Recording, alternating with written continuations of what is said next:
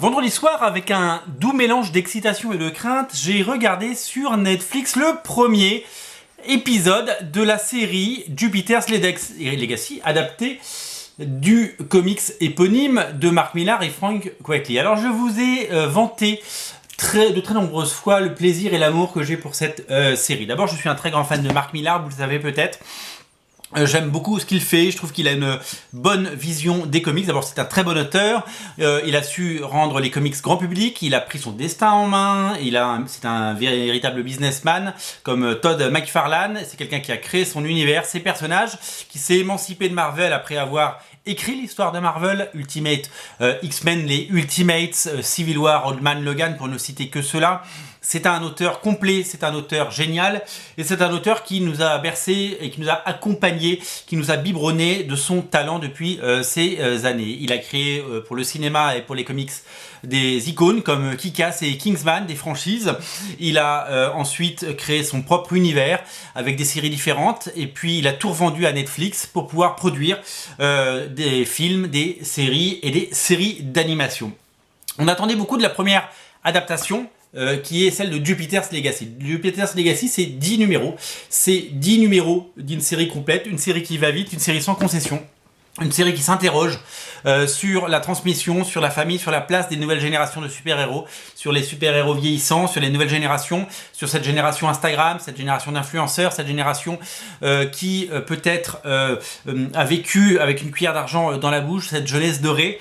Et c'est surtout un comics d'une complexité folle, avec des enjeux géopolitiques, et qui en 10 numéros arrive non seulement à poser une légende, et arrive à nous dépeindre deux générations de super-héros, avec toute la complexité qu'il faut, de l'action, des scènes folles, des rebondissements, des cliffhangers, et le génie d'écriture avec des phrases, des dialogues punchy, signés Mark Millar, et des dessins flamboyants de Frank Quitely, ce dessinateur star que j'ai toujours adoré. J'ai même une planche originale de lui sur All Star Superman. Frank Quitely, qui fait partie des meilleurs dessinateurs, et il a travaillé évidemment avec Mark Millar sur la série Authority, dont j'ai parlé 1000 fois sur cette chaîne, que j'adore. Et ensemble, ils ont créé un monument de l'histoire des comics, quelque chose qui restera, quelque chose qui va rester, et qui, j'espère, ne sera pas entaché par cette série Netflix dont on va parler. Quand j'ai su que Jupiter's Legacy allait être adapté, je me suis dit cool, parce qu'aujourd'hui les moyens du cinéma, les moyens de la télévision nous permettent d'avoir des choses de super-héros de très bonne qualité. Les films Marvel Studios sont produits de façon magnifique. Les films DC, pour certains, ont beaucoup de moyens, beaucoup de budget. Les séries télé qu'on voit fleurir sur Disney+, ont du budget et proposent des choses beaucoup plus, beaucoup plus ambitieuse que ce qu'on a pu avoir ces dernières années. Et donc je me suis dit que tous les ingrédients étaient pour faire de Jupiter's Legacy une transposition à la fois fidèle mais également ambitieuse d'un comics que j'adore, et qui fait vraiment, encore une fois, partie de mes comics cultes. Mais les premières bandes annonces m'ont fait craindre le pire. Puis tout ce qu'on a eu avant, c'est-à-dire les problèmes de production, les problèmes du showrunner qui a été remplacé, et puis le fait que cette série ne sorte pas. Elle a été tournée il y a 2 ans, elle a été tournée en 2019. D'habitude, Netflix, ils annoncent, ils tournent, ça sort, il se passe 9 mois. Là, il s'est passé 2 ans. Tout le monde nous disait, on fignole les effets spéciaux. Pendant très longtemps, tout le monde s'est dit, ils ne savent pas quoi faire de cette série. Elle arrive après The Boys, on reparlera de The Boys tout à l'heure.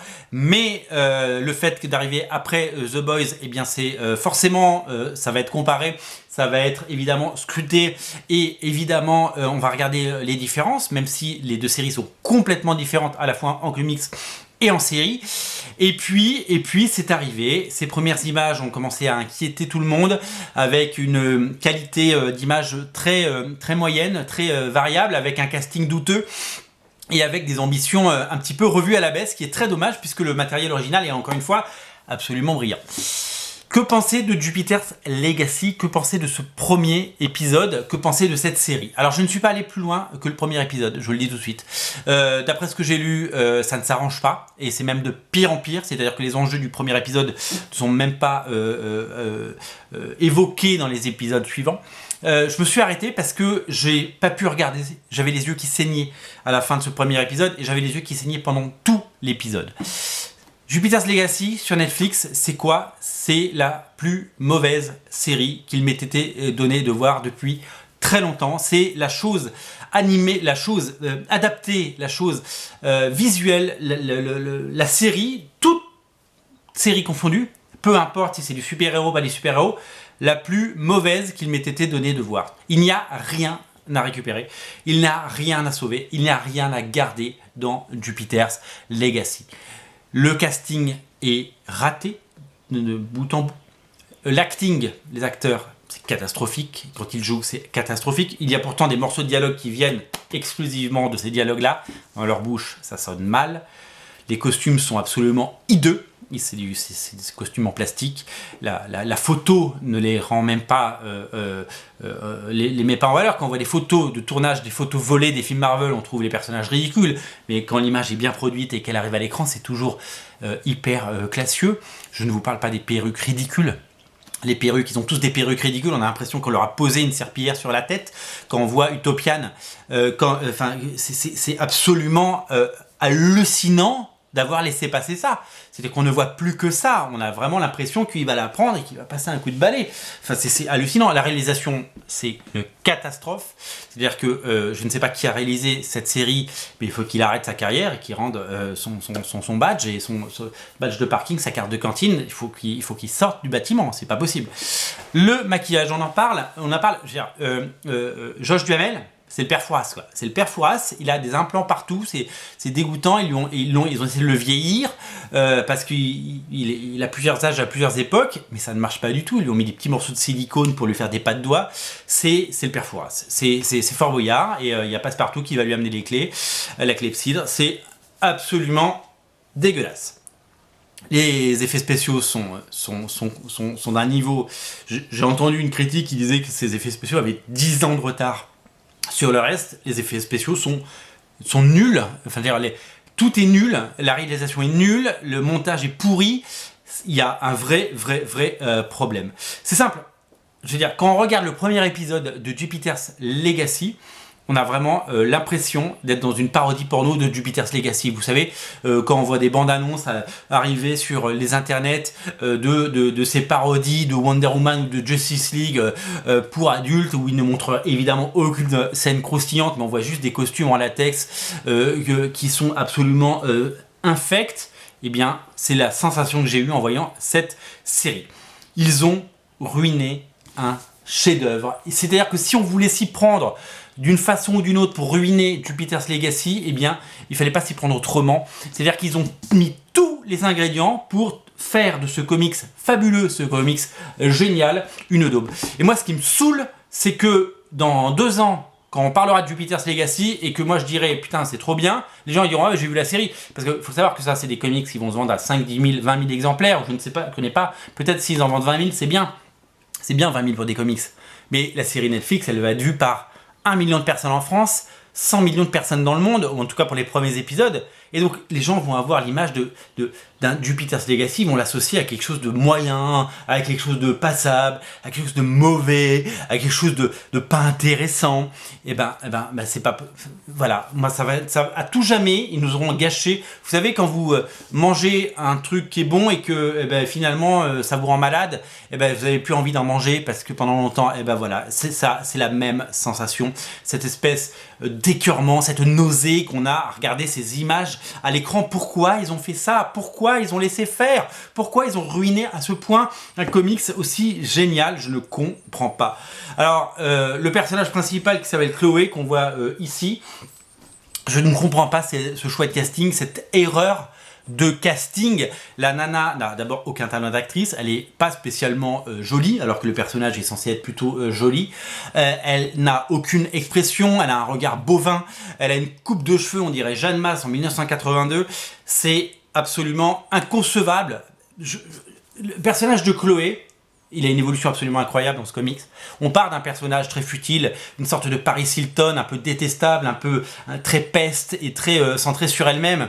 Et puis le personnage va évoluer très vite et le personnage va devenir hyper intéressant et ça va faire un personnage fort, féminin, un rôle modèle comme on dit, quelqu'un auquel on peut s'identifier, un personnage qui va devenir très important dans l'histoire et un personnage qui va se construire, un personnage qui va devenir, un personnage qui va prendre du galon et qui va inspirer beaucoup de gens. Eh bien, quand on voit cette actrice, cette pauvre actrice qui a l'air de sortir d'une série B et dont on ne voudrait même pas sur une pauvre série du câble aux États-Unis, eh bien on se dit mais qu'est-ce qui s'est passé? Je veux dire, Mark Millar il écrit des personnages féminins très forts, que ce soit Chloé dans Jupiter's Legacy, Cordelia dans Magic Order. Il y a des personnages absolument brillants dans l'œuvre de Mark Millar. Et là, ils en ont fait juste une espèce de nana insupportable avec un physique pas du tout avantageux, qui ne sait pas jouer la comédie et qui, en plus, à l'écran, n'exprime rien. Quand on regarde une série ou quand on regarde, il faut des gens qui crèvent l'écran. On a besoin de quelqu'un, des comédiennes, des petites brunes mignonnes qu'on aurait pu grimer pour les faire paraître un petit peu futiles au début et leur donner un rôle plus important. Je pense que ça ne manque pas à Hollywood dans les cabinets de casting. Non, ils ont vraiment pris quelqu'un qui ça ne colle pas du tout. C'est simple, toute cette série, tout ce que j'ai vu est hors sujet. C'est tout ce qu'il ne faut pas faire en adaptation comics. C'est à la fois bavard et ennuyeux, c'est à la fois mal réalisé, mal filmé, mal cadré, la lumière est dégueulasse, les effets spéciaux sont infects, il n'y a rien. Toute la finesse de l'écriture de Mark Millar, toute la finesse du trait de Frank Quitely, toute l'intelligence de la propos, toute la dimension politique, la dimension sociétale, tout a été foutu à la poubelle et ils ont remixé ça. C'est comme s'ils avaient demandé à Joss Whedon de refaire Justice League. C'est absolument inconcevable de rater à un point une adaptation. Voilà. Alors les critiques, on le disait tout à l'heure, les critiques comparent tout ça à The Boys. Moi je suis absolument contre cette critique. D'abord, les comics The Boys et Jupiter's Legacy ont deux destins complètement différents, puisque The Boys c'est un comics qui a commencé au milieu des années 2000 signé Garth Ennis, et Jupiter's Legacy est un comics de Mark Millar qui a été fait 10 ans plus tard. Donc personne n'a copié personne, tout le monde a copié Alan Moore finalement. C'est juste que Alan Moore a déstructuré le super-héros au milieu des années 80 avec Watchmen, avec des problèmes, avec des héros qui avaient une autre vie que leur vie de super-héros. On est allé creuser derrière le héros derrière le masque. Et on leur a trouvé évidemment plein de défauts, on leur a trouvé plein on en a fait des personnages absolument finalement détestables. Et déstructurer le super-héros depuis 30 ans dans les comics, c'est quelque chose qui se fait énormément. Warren Ellis l'a fait, Christos Gage l'a fait, Mark Waid l'a fait. Tous les auteurs majeurs ont à un moment déstructuré la narration du super-héros pour raconter des histoires de super-héros qui soit traverse la ligne rouge, soit traverse le Rubicon, soit arrive avec un dysfonctionnement. Eh bien, ils l'ont tous fait avec brio, ils l'ont tous fait avec génie, ils l'ont tous fait avec une approche différente. Et la finesse que peut avoir Jupiter's Legacy n'a rien à voir avec le côté in the face provocateur de Garth Ennis, qui est la marque de fabrique de Garth Ennis. J'aime beaucoup Garth Ennis, notamment sur ses Punishers que j'ai adoré. Il y a plein de trucs de Garth Ennis que j'ai adoré, tout comme il y a des trucs de Garth Ennis que j'ai détesté, comme Cross par exemple. Eh bien, Garth Ennis fait partie de ces très bons auteurs, ces auteurs qui ont un truc à dire, mais qui ont un sens de la provoque. Mark Millar, il a un sens de la provoque, mais dans Jupiter's Legacy, il a écrit tout ça en finesse. Il n'est pas dans la provocation, il est dans le respect et l'amour du genre super-héros, chose que la série n'a pas provoqué. Donc, ces deux séries n'ont rien à voir. Donc, lire au début de chaque article que j'ai pu lire, parce que Prime a fait The Boys, Netflix a fait Jupiter's Legacy, non, ce sont deux projets séparés qui n'ont rien à voir, et tout le monde fait du super-héros, donc ils n'ont pas fait ça parce que tout le monde fait du super-héros, voilà, personne n'a copié personne. Et puis là, tout le monde a dit, ah, il y a un problème de lenteur, mais s'il y avait qu'un problème de lenteur dans cette série, tout irait bien, mon Dieu. C'est pas un problème de lenteur, cette série, c'est un problème global, c'est un problème de production, elle est mal produite, comme beaucoup de séries Netflix ou qui ont un problème de production, parce que Netflix fait des chèques en blanc pour faire venir soit des réalisateurs, soit des producteurs, non pas de producteurs justement, il y a un problème de producteurs, soit des talents, soit justement rachètent des catalogues. il y a un problème de production, c'est une série qui n'est pas produite. Donc la lenteur, c'est pas un problème, ça pourrait être lent et très bien, c'est juste que c'est pas bien, comme certains films ne sont pas bien, voilà. Donc c'est pas le souci tout ça, le souci c'est que tout est hors sujet, le souci c'est que c'est juste nul. Tout ce qu'on a vu ici c'est juste nul. Alors comme je vous disais, cette série elle a 10 ans de retard, et quand je dis elle a 10 ans de retard, c'est au niveau des effets spéciaux, parce qu'au niveau de sa structure, elle a 20 ans de retard. Vous vous souvenez quand les films de super-héros sont arrivés, il y a des auteurs qui se sont mis à faire des films, Bryan Singer a fait les X-Men, Sam Raimi a fait Spider-Man, et du coup tout le monde a voulu faire du super-héros, et on lisait même les articles en disant c'est la fin du super-héros, après avoir vu Daredevil, Elektra et Ghost Rider. Tous ces films-là, évidemment, étaient mal faits parce que c'était juste une intention d'essayer de gagner du fric rapidement sur des films mal faits, sans aucune ambition artistique, sans aucun talent, et ça avec des réalisateurs et des gens en commande complètement inadaptés et complètement bidons. Eh bien, si vous voulez, cette série, elle aurait pu sortir en 2004, après Ghost Rider. Voilà, cette série, elle aurait pu sortir en 2004, et peut-être qu'elle serait passée à l'époque, mais là, ça peut plus passer. On est en 2021, Faucon et le Soldat de l'Hiver vient de se terminer, il y a eu WandaVision juste avant, il y a eu un an avant, il y a eu Endgame, voilà, on ne peut plus produire des choses comme ça. Il faut bosser, il faut des choses jolies, il faut des jolies images, il faut des producteurs, il faut des showrunners, il faut des gens qui savent ce qu'ils font. Il ne faut pas juste un bon comics, parce que dénaturer un bon comics, eh bien, c'est ce qui a été fait, puisque le matériel original, une nouvelle fois, est fabuleux. C'est simple, cette série, Jupiter's Legacy, pour moi, c'est comme Ghost Rider. C'est Ghost Rider, quoi. À l'image, il y a une espèce de bouillie incompréhensible. Me dire, mais qu'est-ce que je regarde, quoi. C'est nul à tout point de vue.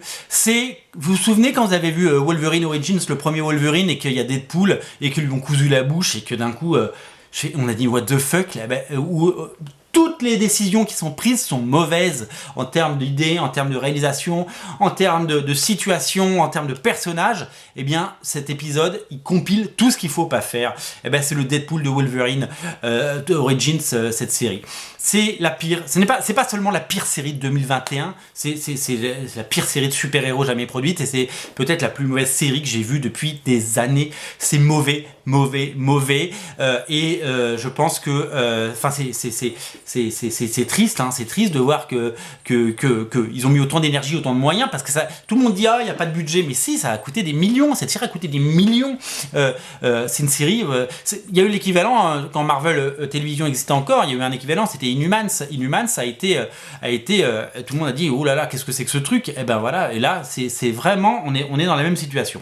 Alors oui, c'est un énorme gâchis, parce que ça c'est génial et ça je l'aime, et j'espère que j'arriverai un jour à oublier les 47 minutes que j'ai vues, parce que c'était tellement mauvais, c'était tellement nul, c'était tellement insupportable que je ne peux pas continuer, si vous voulez, à regarder ça. C'est un gâchis énorme, c'est un plantage monumental, c'est un accident industriel pour moi, c'est la série, ne la regardez pas. Le temps est, passez du temps avec vos enfants, allez voir autre chose, allez dans le jardin, allez dans un parc, allez vous balader, allez dans une boutique de comics, allez acheter Jupiter's Legacy, mais lavez-vous de ça, prenez un savon, prenez une douche, lavez-vous de cette série qui a sali, elle a sali Jupiter's Legacy, elle a sali l'œuvre de Mark Millar et Frank Quitely, et encore une fois j'adore ces auteurs. Alors aujourd'hui j'ai de la peine pour Mark Millar, et j'ai de la peine pour Quitely. J'ai de la peine pour Mark Millar parce que je ne sais pas s'il a fait le bon choix. Alors il a pris un énorme chèque quand il a vendu ses séries à Netflix, et aujourd'hui il est obligé de défendre bec et ongle, et il le fait sur ses pages Facebook. Je suis même pas sûr que ce soit lui qui prenne la parole, il y a peut-être un community manager qui le fait à sa place. Il doit pas être à l'aise dans ses baskets, il peut pas dire en se regardant dans le miroir en disant que c'est bien, parce que c'est pas bien, c'est pas une bonne série. Et puis aujourd'hui, quand il y aura une série de Mark Millar, parce qu'a priori à Annecy va être présenté Super Crooks, c'est que Magic Order, la série est en préparation, donc il y a pas mal de choses qui vont arriver dans les prochains mois et dans les prochaines années. Le problème c'est quoi ? Le problème c'est qu'on va dire, avant on disait c'est le mec qui a fait Kick-Ass et Kingsman, et là on va dire c'est le mec qui a fait Jupiter's Legacy. Et j'ai mal pour lui, j'ai mal pour Frank Quitely, parce que Frank Quitely c'est un de mes auteurs préférés, c'est un de mes dessinateurs préférés, j'adore ce type, j'ai eu le plaisir de le rencontrer une fois, j'adore ce qu'il fait, c'est l'élégance même, c'est le trait, c'est la finesse, et cette série n'a rien de fin, c'est pas la finesse. Voilà, j'ai mal pour eux, je suis triste pour eux. Je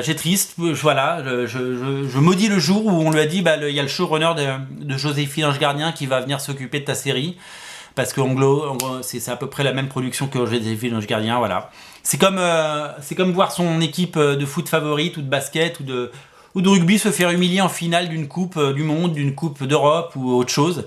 Ça fait mal, ça fait super mal. Voilà, donc je suis dégoûté qu'ils aient ruiné Jupiter's Legacy. J'espère qu'on oubliera la série et qu'on reparlera du comics, parce que vraiment, ça méritait mieux que cette série dégueulasse et que cette série hyper moche. Voilà, c'est une catastrophe.